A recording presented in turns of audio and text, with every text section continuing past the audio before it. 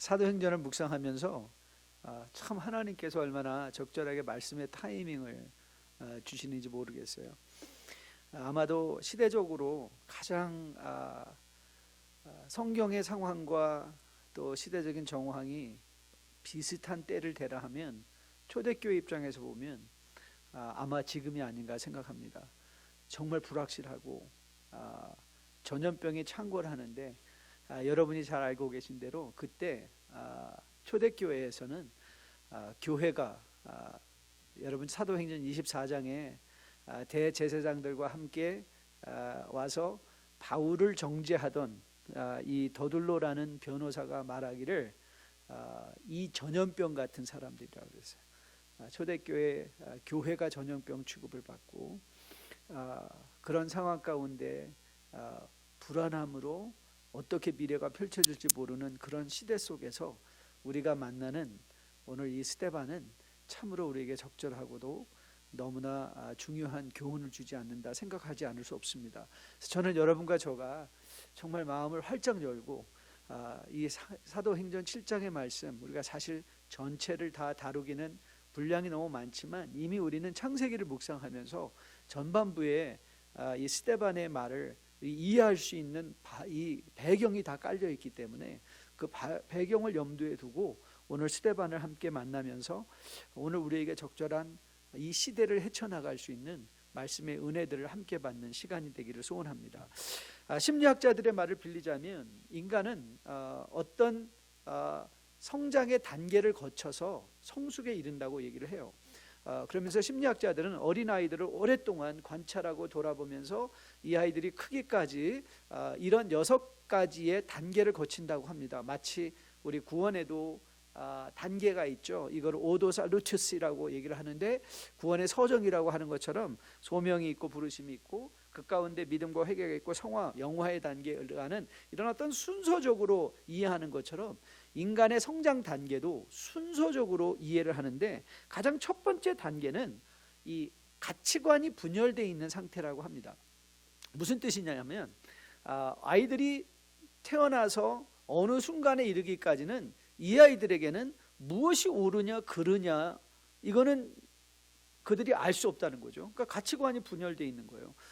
그래서 다만 본능에 충실할 뿐이죠. 본능에 충실하고 상황을 배려하기보다는 그저 자기가 원하는 것들을 하는 그런 상태가 생명의 첫 단계라고 하면 그 다음에는 올라가는 게 이제 상벌이라고 합니다. 퍼니시먼트, 퍼니시먼트 스테이지인데요. 아이들이 이제는 내가 이렇게 하면 아이들이 자라가면서 이건 옳은 일이고 그른 일이고 옳은 일을 하면 상을 받고 그른 일을 하면 내가 혼을 난다 이런 거를 이제 이해하는 상태가 된다는 것이죠.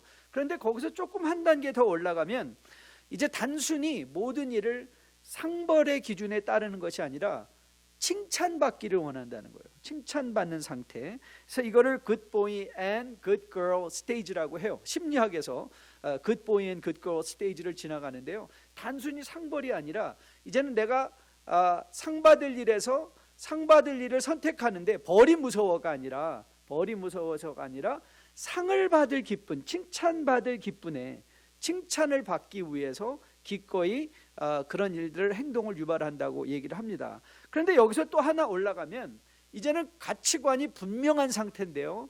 그게 이제 윤리적인 상태, 이 law oriented stage라고 해요. 법적인 상태. 즉 이 상태를 가면 이제 원리가 굉장히 중요한 것이죠. 옳고 그른 것에 관심을 갖는 것이죠. 모든 행동을 율법적인 상태에서 내가 원하는 것이 아니라 What does the law say? 법이 뭐라고 말하는가? 이 법을 지키려는 상태인데요. 사실 바리새인들이 이제 오늘 본문에서 만날 바리새인들이 그런 상태에 머물고 있었다고 생각할 수 있습니다. 하지만 그 다음 단계가 뭐냐면 6번째 단계는요. 이제 윤리적인 상태, ethic oriented stage로 가는 거예요. 윤리적인 상태. 자, 이 윤리적인 상태는요. 이거는 원리의 자체를 생각하기보다 원리를 생각하는 것이 아니라 이제 그 원리보다도 더 큰 가치와 그 의미를 생각하는 스테이지인데요. 이렇게 예를 들면 아마 가장 적절할 것 같아요. 이 공리주의라는 것이 있습니다. 유틸리테리언이즘이라는 철학의 한 분야가 있는데요. 이렇게 그 공리주의를 각자 설명을 해요. 자, 너희 앞에 내가 만약에 내가 차를 운전하고 있었는데 이게 자율주행 차에서 굉장히 중요한 이슈입니다. 보니까 제가 이 차가 가는데 저쪽으로 가면 15명의 피해를 줄 수 있어요.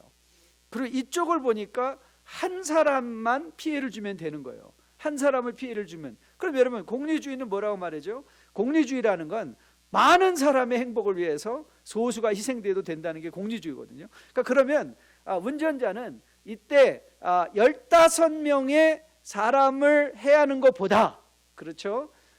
한 사람을 해야 하는 것이 더 옳다는 생각으로 자동차를 그쪽으로 틀게 되겠죠. 그렇죠? 이것이 이제는 더 큰 윤리를 생각하는 것이죠. 그런데 이 공리주의의 맹점이 있습니다. 만약에 그 한 사람이 운전자의 아들이라면 어떨까요? 운전자의 아들이라면 그건 쉬운 게 아니죠. 15명을 해야 하는 것과 내 아들을 해야 하는 것과 이거는 굉장한 큰 이 철학적 존재론적 도전을 우리에게 주는 것을 우리는 보게 됩니다. 자, 이 공리주의는, 윤리는 분명히 내 아들을 희생하는 것이다 라고 말을 하겠죠. 그걸 쫓아갈 줄 아는 거예요. 근데 이것이 사실 궁극적으로 윤리라기보다는 이게 사실은 복음주의적인 정신인 것을 보게 됩니다. 이 공리주의의 맹점은 그러면 내 아들을 취하는 건데요. 그런데 이 복음의 상태로 올라가면 저는 이 신앙에는 7단계의 성장이 있다고 하는데요. 마지막에 복음에 가면요. 자, 여러분 이렇게 생각하죠. 15명이 있습니다. 한 명의 자기 아들이 있습니다. 그 선택에서 하나님은, 복음은 어떤 선택을 하셨나요? 네, 내가 죽는 것을 선택했습니다. 그리스도께서 십자가에 못 박혀 죽으신 것이죠.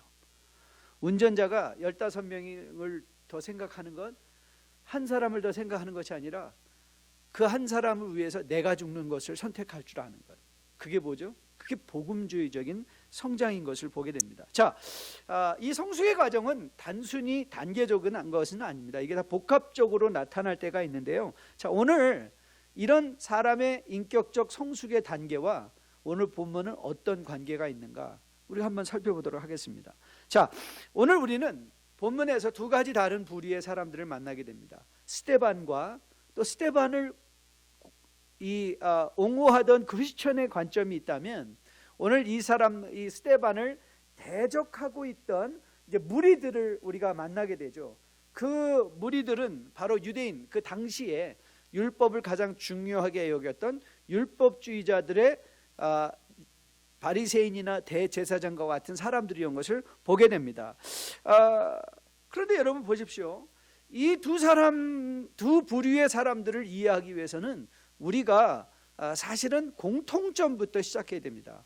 스데반과 이 바리새인들이나 그를 정죄하던 무리들의 갖고 있었던 공통점이 있습니다. 그 공통점은 뭔가 하면 그들은 동일하게 하나님의 율법을 알고 있었습니다.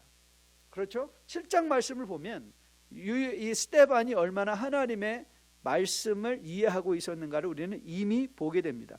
하지만 물론 그와 더불어 이 유대 사람들도 스데반을 정죄하던 이유가 뭐였죠? 자, 우리가 6장에서 그 스데반이 정죄받은 이유를 우리가 보게 됩니다. 6장 11절 말씀 보면 거기 이렇게 됐어요. 이 사람이 모세와 하나님을 모독하는 말을 우리가 들었다 그랬어요. 자, 스데반이 왜 오늘 이렇게 많은 사람 앞에서 정죄를 당하는가? 간단해요. 그들은 스데반을 이렇게 정죄한 거죠. 모세와 하나님을 모독했다. 여기서 이 시대에, 예수님 시대의 사람들이 모세라고 하면 그건 모세 한 사람을 가리키는 것이 아니라 모세의 율법을 가리키는 것인 걸 보게 돼요. 모세의 율법을 가리키는 것이죠. 그래서 모세다라고 하는 건 구약의 율법이요, 구약의 율법을 가리키고 하나님을 모독했다라고 하는 것은 사실 아니 왜 스데반이 하나님을 모독했다는 그 이유가 어디서 나왔을까? 그 이유는 간단합니다. 왜냐하면 스데반이 전했던 말씀 중에 바로 이런 말씀이 있었을 거예요. 이 성전을 헐라, 사흘 만에 내가 다시 세우리라. 기억하시죠? 주님께서 이 성전에 대해서 많은 사람들이 말했을 때 그렇게 말했습니다. 이 성전을 헐라. 그런데 이 유대 사람들은 성전과 하나님을 동일시했죠.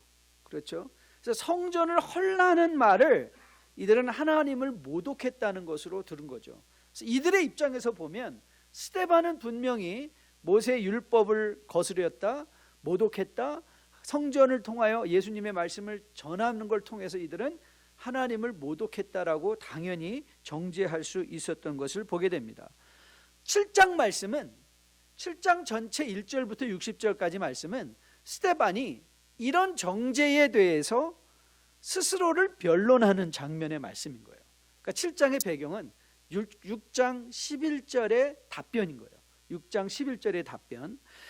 스데반은 여러분이 7장을 전체를 살펴서 보시면 스데반은 먼저 구약을 시대별로 잘 요약해서 설명하고 있죠. 아브라함의 시대를 얘기하고 요셉과 모세 그리고 다윗과 솔로몬의 시대를 얘기하고 있습니다. 그런데 스데반은 이 구약의 역사를 들어 복음을 변명함에 아주 중요한 한 가지 사실을 지적하고 있습니다. 자, 그 예로요 30절 말씀인데요. 여러분 성경을 펴두시고 7장에서 30절 말씀을 보면 29절 말씀을 보면 스데반이 모세가 어떻게 미디안 광야에서 나그네가 되었는가를 40년 동안 나그네 생활을 했는가를 말하고 있습니다. 그런데 40년이 지나서 그가 시내산에서 하나님을 만나 하나님의 사자로 보내심을 받아 이스라엘 백성을 구해내는 것을 말하고 있는데, 자, 그 40년을 스데반이 어떻게 말하고 있는가를 주의 깊게 바라보셔야 됩니다. 자, 우리가 여러분들이 성경을 펴내서 40절 말씀을 보면 40절 말씀에 이제 그런 말씀이 등장하죠. 아론더러 이르되 우리를 인도할 신들을 우리를 위하여 만들라. 애굽 땅에서 우리를 인도하던 이 모세는 어떻게 되었는지 알죠? 자, 모세가 이 장면에서는 이 모세가 어떻게 그들을 이끌어냈는가를 설명하는 장면인데요. 근데 스데반은 이 말을 하는 거예요. 모세가 이런 위대한 출애굽의 역사를 이루기 위해서 하나님은 모세의 광야의 시간을 훈련의 기간으로 삼으셨다는 거예요. 훈련의 기간으로 삼으셨다. 때가 찼을 때 하나님께서 40년의 때가 참에 모세를 부르셨다라고 얘기하고 있는 것이죠. 자, 그러면 우리 이제 이런 생각을 하게 되는, 이런 결론을 내리게 되는 거예요. 우리가 보기에 모세는 40년 동안 그는 광야에서 스스로 쇠퇴하고 있었다고 얘기를 했어요. 그렇죠? 그 하나님을 만났을 때 너 가라 그랬으니까 하나님, 저는 이제 40년 동안 이 광야에서 다 썩어버렸습니다. 다 늙어버렸습니다. 내 안에 아무 힘도 없었습니다. 그런데 돌아보니까 하나님은 그 40년을 통해서 모세가 마지막 40년에 일을 할 수 있는 모세로 만들으셨다는 거예요. 그러니까 우리 눈에 보이지 않는 것 같은데 하나님은 뒤에서 역사하신 것이죠. 그래서 우리가 창세기를 통해서 확인한 게 뭐죠? 하나님이 아브라함이 위대해서 부르신 것이 아니라고 그랬죠.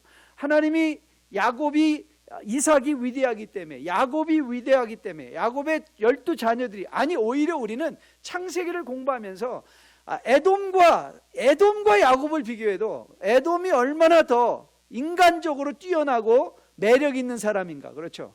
우리가 이 아브라함의 이 야곱의 12아들들을 보면서 에돔의 아들들이 에돔의 족속의 왕이 될 때 이들은 그저 목자가 돼서 서다투고 싸우고 시기하고 질투하던 걸 보면서 우리는 무슨 표현을 사용했던 거 기억하시죠? 이들은 상쪼다들이었죠.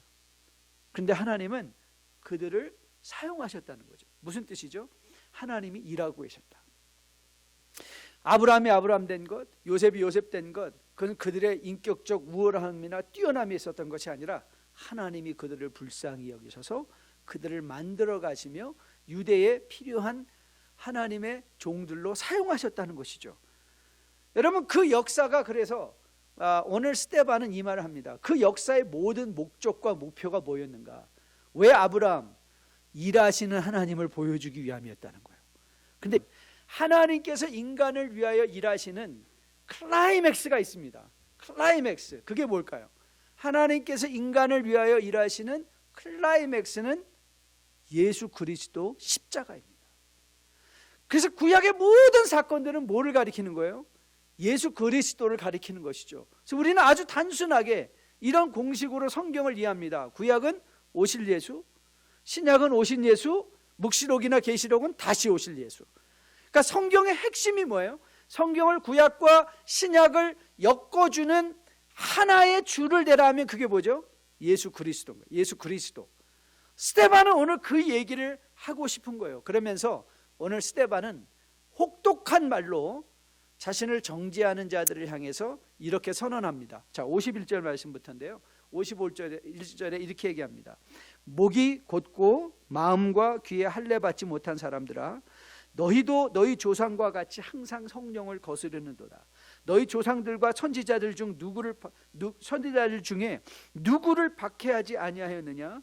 의인이 오시리라 예고한 자들을 그들이 죽였고, 이제 너희는 그 의인을 잡아준 자요 살인한 자가 되나니, 너희는 천사가 전한 율법을 받고도 지키지 아니하였도다 하니라. 자, 이 표현 중에서 우리가 정말 마음에 품어야 될 것 한 가지 표현이 있습니다. 그게 뭐냐면 마음과 귀에 할례를 받지 못했다. 마음과 귀에 할례를 받지 못했다는 것은 마음과 그 귀가 아직도 덮여 있다. 덮여 있다는 거죠. 그러니까 덮여 있다는 말의 표현은 뭐냐면 볼 것을 보지 못한다는 거예요. 스데반이 하는 정죄는 윤리적인 정죄가 아닙니다. 그들에게 얘기하고 있는 거예요. 너희들이 정말 보야 될 것을 보지 못하고 들어야 될 것을 듣지 못했다는 것이죠.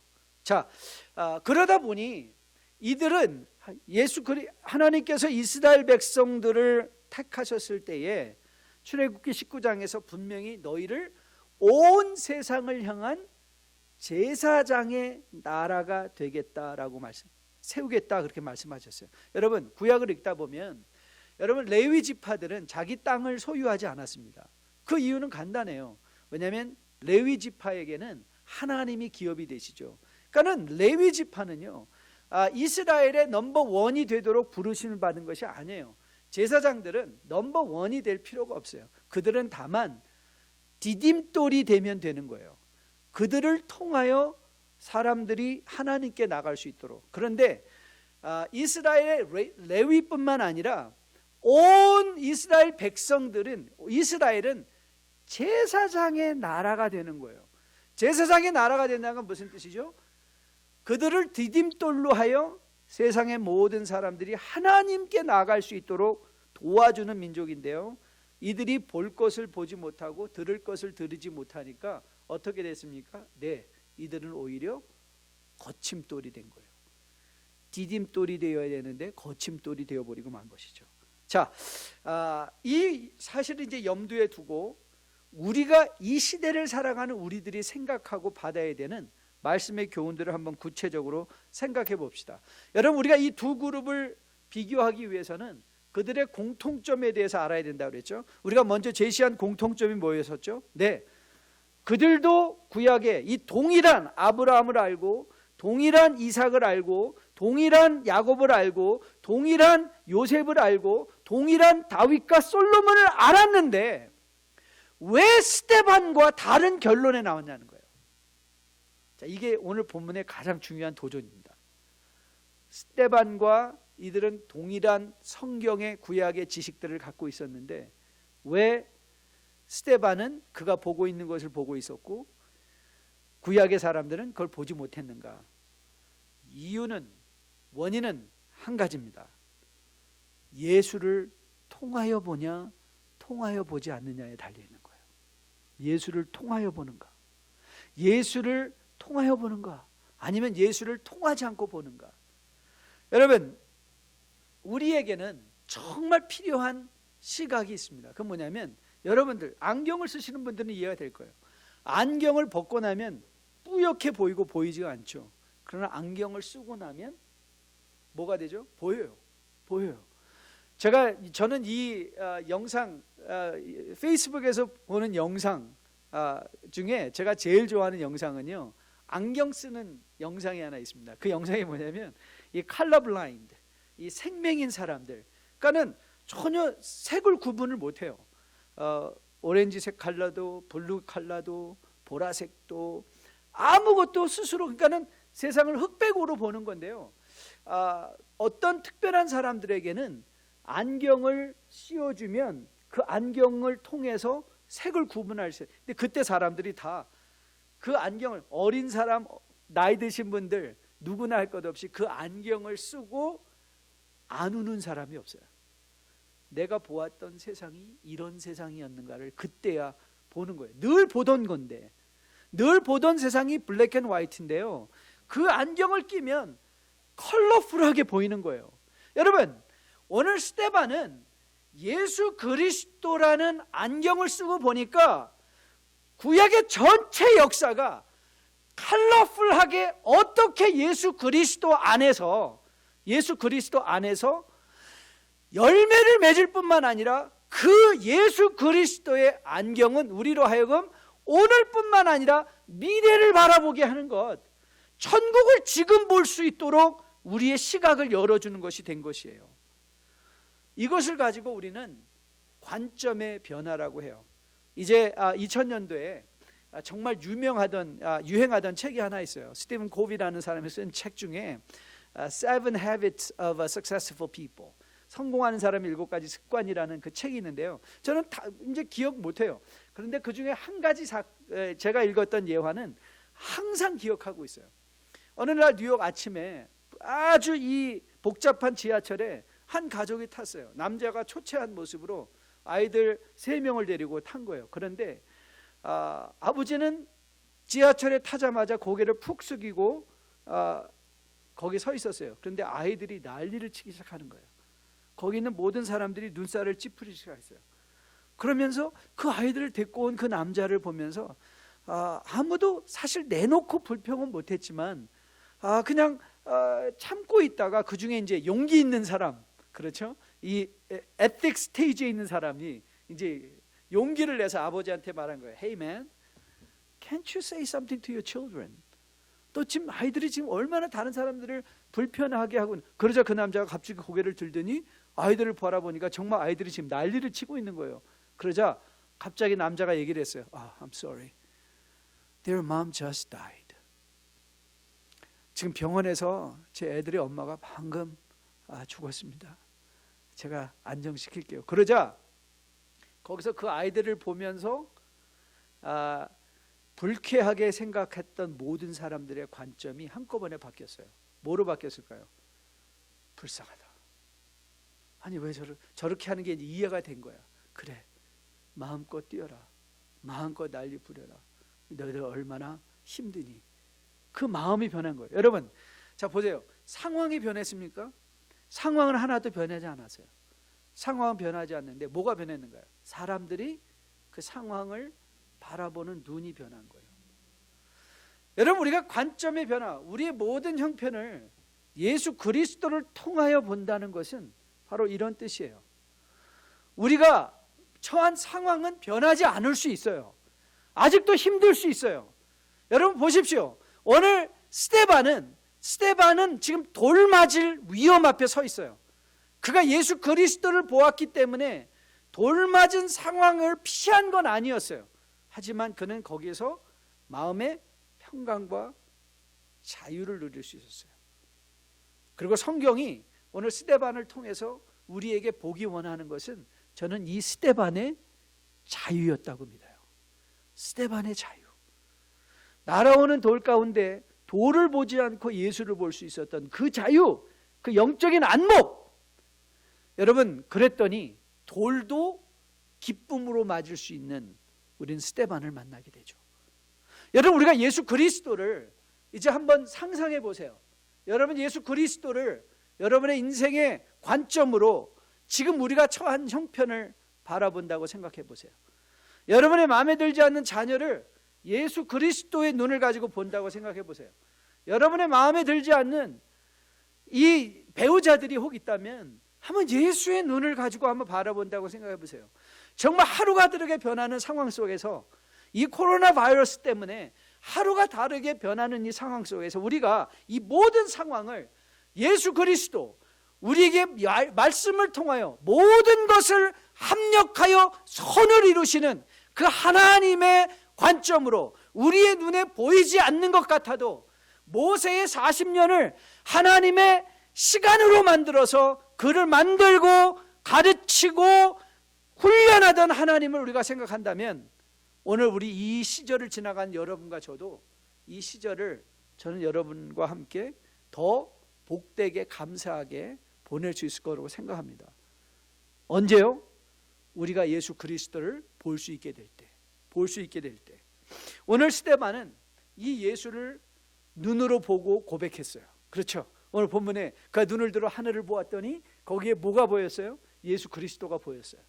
거기에 보좌에서 일어나 스데반을 맞을 준비하고 계신 예수 그리스도를 보았어요. 그랬더니 그 입을 통해서 무슨 고백과 선언이 이루어집니까? 아버지, 저들의 죄를 용서해 주세요. 그 저들이 누구였나요? 스데반에게 돌 던지던 사람들이었어요. 그들이 하고 있지 않았던, 알고 있지 않는 일로 말미암아 행동하는 저들을 불쌍히 여겨달라고 선언하고 있는 스데반을 만나게 됩니다. 저는 이것이 스데반의 자유라고 생각해요. 그리고 저는 여러분과 저가 예수 그리스도를 알고 있기에 이 불안한 시대를 지나가면서 스데반이 갖고 있었던 이 마음의 자유, 스데반이 보았던 이 예수 그리스도, 천국의 복된 모습들을 여러분도 저도 꼭 볼 수 있게 되기를 주님의 이름으로 축복드립니다. 여러분, 우리는 오늘 이 제사장들이나 유대인들을 통해서 또한 받아야 될 각별한 반면적 교훈이 있습니다.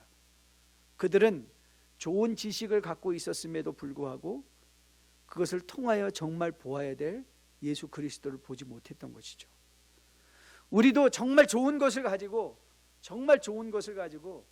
마땅히 보아야 될 예수 그리스도를 저는 여러분들이 볼 수 있게 되기를 주님의 이름으로 축복드립니다.